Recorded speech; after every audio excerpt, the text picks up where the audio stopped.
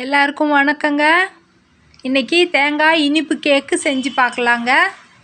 அதுக்கு நான் அடுப்பில் ஒரு வானல் வச்சுருக்கிறேங்க. 3 ஸ்பூனு நெய் விட்டுருக்குறேங்க. இதில் 1 ஸ்பூன் அளவுக்கு வெள்ளை எள்ளு சேர்த்துருக்குறேங்க. இப்போது 1.5 ஸ்பூன் அளவுக்கு கசகசா சேர்த்துக்கலாங்க. இது நெய்யில் வணக்கி எடுத்தாக்கா வாசமாக இருக்குங்க.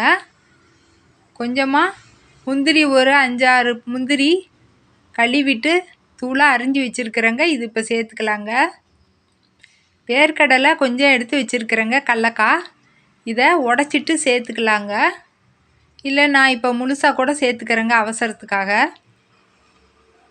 இப்போ இது எல்லாத்தையும் எண்ணெயில் செவக்க வறுத்து எடுத்துக்கலாங்க. நெய்யில் வறுத்தோம்னா நல்லா வாசமாக இருக்குங்க. குழந்தைங்க விரும்பி சாப்பிடுவாங்கங்க. அதனால் பச்சையாக கூட போடலாங்க. நெய்யில் வறுத்து போட்டாக்கா இன்னும் நல்லா வாசமாக நல்லா இருக்குங்க, ருசியாக.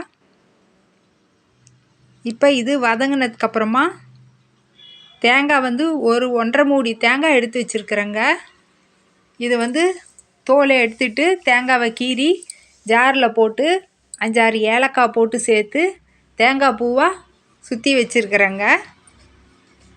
இப்போ இது செவக்க வதங்கினதுக்கப்புறமா இந்த தேங்காவையும் இதுலேயே கொட்டிக்கலாங்க. தேங்காய்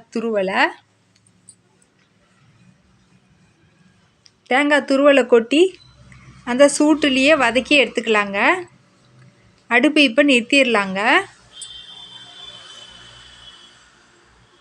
சூட்டில் வதக்கி எடுத்துட்டு ஆற வச்சுட்டு நம்ம மறுபடியும் எல்லாம் கலக்கிக்கலாங்க. நான் சூடாக இருக்கிறப்பயே சர்க்கரை இதில் கொட்டிக்கிறேங்க. சீக்கிரமாக கரைஞ்சிரும், சூடையும் இழுத்துருன்னு சொல்லிட்டு நான் ஒரு 3/4 கப்பு சர்க்கரை இதில் கலந்துக்கிறேங்க. நம்ம மைதா எவ்வளோ சேர்த்துக்கிறோமோ அந்த அளவுக்கு நம்ம இனிப்பு நம்மளுக்கு எவ்வளவு தேவையோ அந்த அளவுக்கு சர்க்கரை சேர்த்துக்கலாங்க.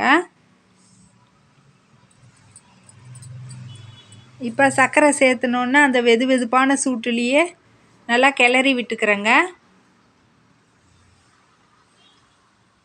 சர்க்கரையும் சீக்கிரமாக கரைஞ்சிரும், இனிப்பும் நல்லா அதில் இறங்கிருங்க. கொஞ்சம் சூட்லேயே கிளறினோம்னாக்கா.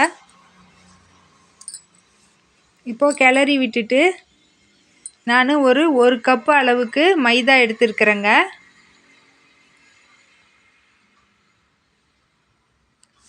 இப்போ மைதாவை இதில் சேர்த்துக்கலாங்க. 1 கப்பு மைதாவை. சர்க்கரை 3/4 கப்பு எடுத்துருக்குறேங்க. பத்தலைன்னா இனிப்பு வேணால் சேர்த்துக்கலாங்க திரும்ப. அதே போல் ஒரு 3 டேபிள் ஸ்பூன் நிறையாவே அரிசி மாவு சேர்த்துக்கிறேங்க. இதையும் இதுலேயே கொட்டிட்டு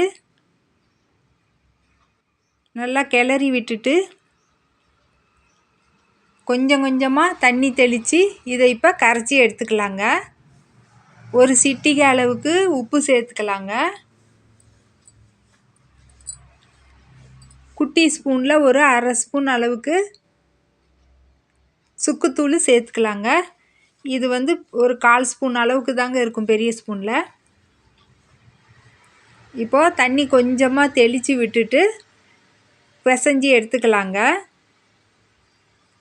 தேங்காவிலையும் சர்க்கரையிலையும் நீர்த்தன்மை இருக்கிறதுனால கொஞ்சமாகவே தண்ணி தெளித்து, பத்தலைன்னா தெளித்து பார்த்துட்டு எடுத்துக்கலாங்க.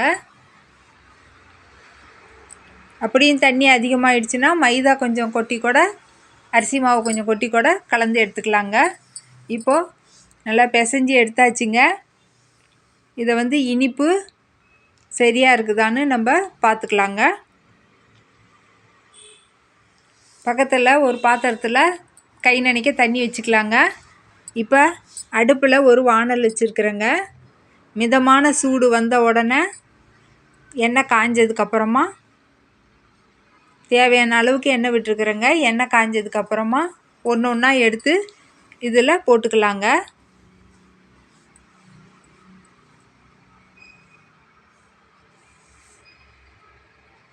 எடுத்து போட்டுட்டு அடுப்பு அனல் கம்மியாகவே வச்சுக்கலாங்க. வேகமாக வச்சாக்க உள்ளே வேகாமல் கருகி போயிடுங்க, இனிப்பாக இருக்கிறதுனால வேறு.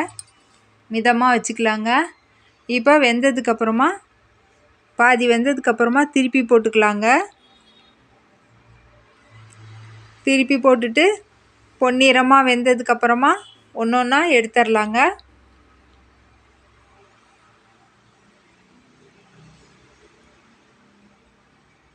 இப்போது தேங்காய் இனிப்பு கேக்கு தயாராகிடுச்சிங்க.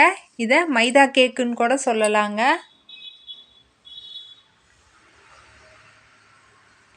இந்த மாதிரி செஞ்சு பாருங்கள், நல்லா ருசியாக இருக்குங்க. இன்னொரு வீடியோவில் பார்க்கலாங்க. நன்றிங்க.